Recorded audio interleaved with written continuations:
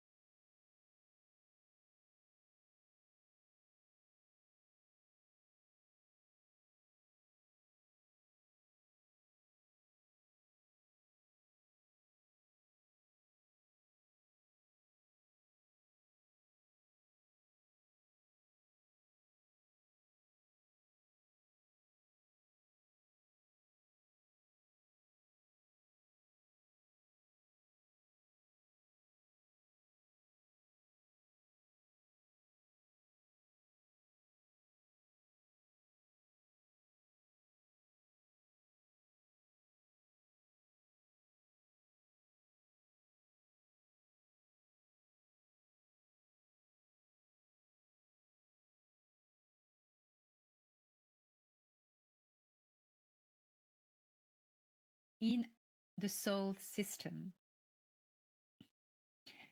pretty much all the planets, I mean, the regular planets and their moons, that's a lot, are inhabited. Nearly all of them.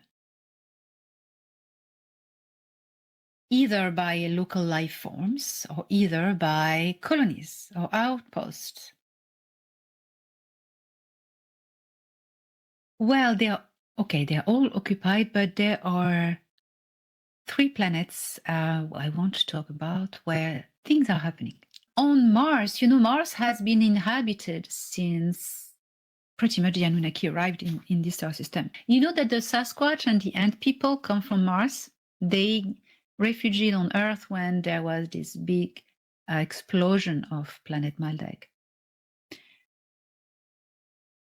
By the way, if you look at the Valley Marineris on Mars, you see how a big chunk of Maldek just scrapes passing by. You really see the scar.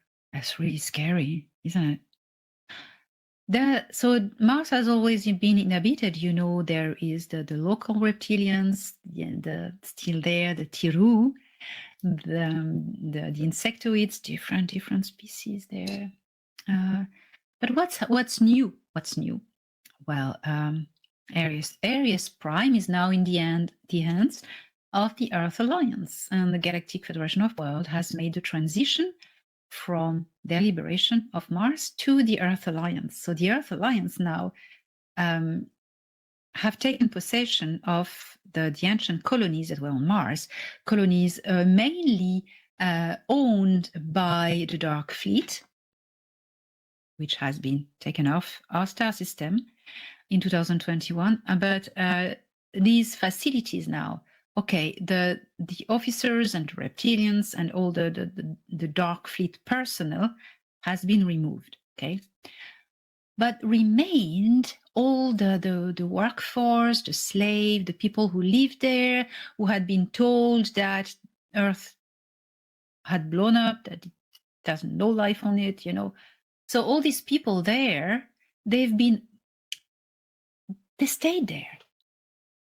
So what has been happening since these events is that those who were in Aries Prime, they've been evacuated temporarily. It's a lot of people because the Martian resistance was given the right to rush into Aries Prime. It was their victory, their pride. They made it. They saved their planet. Okay, the GFW helped a little bit, but it was their victory. So they were allowed to rush into Aries Prime, do whatever they want in it, break a lot of things. And then once it's settled, now let's talk. This is your planet. You're going to make your own government. We're going to help you, advise you, and you do whatever you want.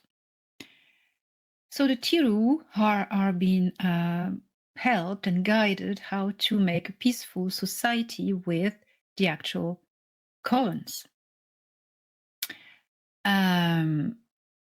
That's what's happening. But in fact, what's happening is that we are discovering that the Tiru, especially the reptilians, are very spiritual species. I mean, I have loved having this video with Rebecca Rose, who experienced being with the reptilians on Mars.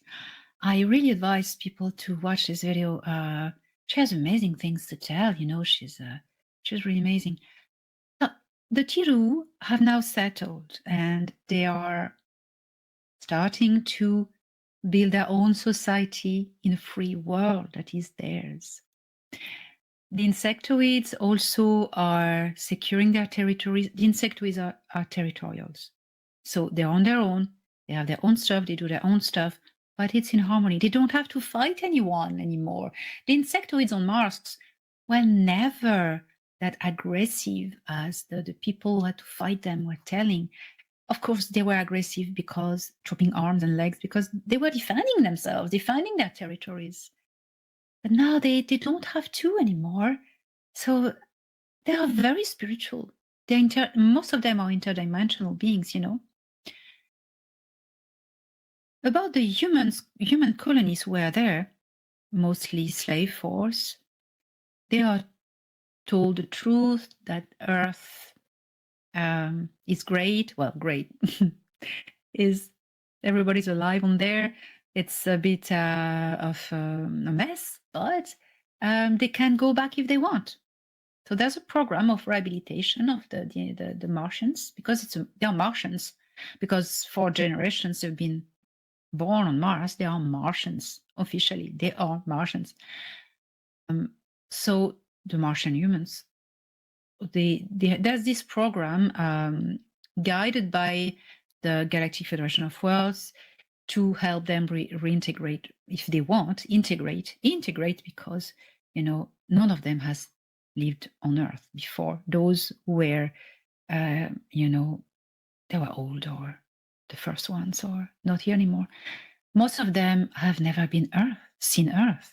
So they are educated, you know, and then if they want to visit, and then they can choose to live there. So there's a program like this. There's a facility on the moon where they transit. That's what I want to say as well. But that's not all about Mars. You have the Alpha Centaurians, the Silozi, who you remember last year, Thoron was in charge of bringing the Alpha Centaurian on Mars, a colony of scientists and botanists, people specialized in building biospheres and all of this, to teach the human colonists how to improve their habitat, how to cultivate their own food, grow their own food, and all of this, and they are teaching them how to build a better habitat and a better lifestyle, more healthy, and etc. So, and they're living with them, the Alpha Centauri colony. The Alpha Centaurians love them. they've been helping Earth as well. They're walking among us. I love the Alpha Centaurians, Silusi and the Meton from Proxima. They're great. Anyway, so there's that. Now between what we are told on Earth and what's really happening, everyone's noticed there's a gap. So this gap is being filled at high speed by people like Elon Musk, for instance, or Bezos.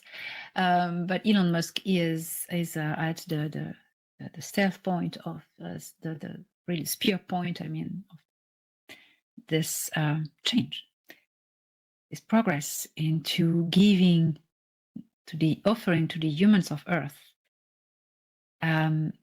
an off-world civilization, an interstellar civilization, which exists in a way already, but that's the official way.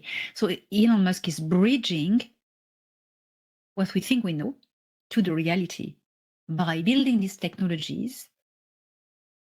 Then people will believe that, oh, it's taken time to get that built, but in fact, it's already used in the secret space program since the 1940s, 50s, and and on Mars, on the Moon, and else.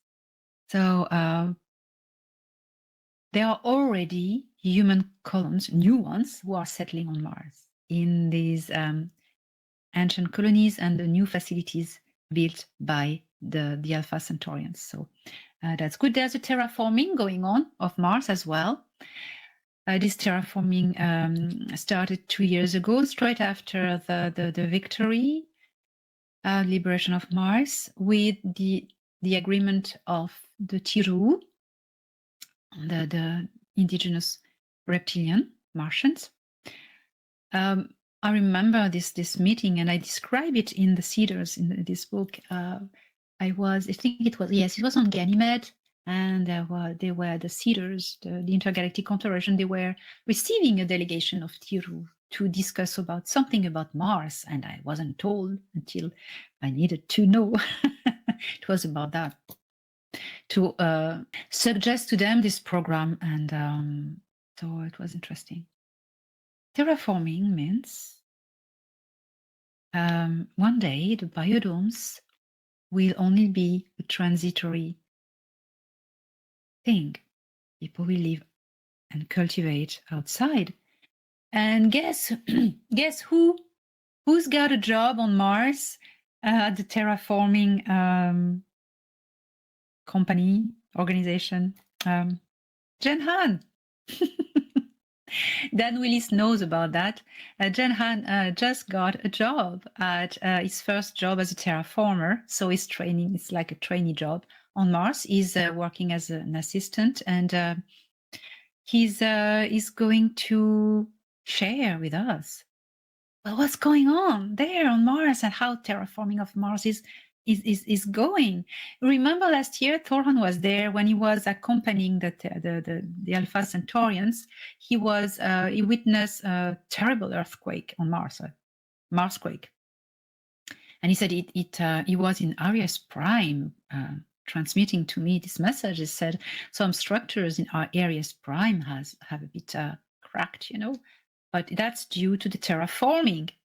And a few days later, NASA announced, oh my gosh, and Marsquake, we've never seen a Marsquake like this, an earthquake in the star system as this strong. And I was like, yes, thank you. Anyways, Saturn was a concession of the Anunnaki Empire, and it was in the custody of Marduk and Enlil indirectly. All these idiots have been taken off the star system. Saturn found itself then in the custody of Ea. He inherited of it because he's now the heir of the empire. So he inherited of all the not it's Anu in the custody of Anu, but Ea has the right, political right on them. Anu has just say yes or okay, and generally say okay.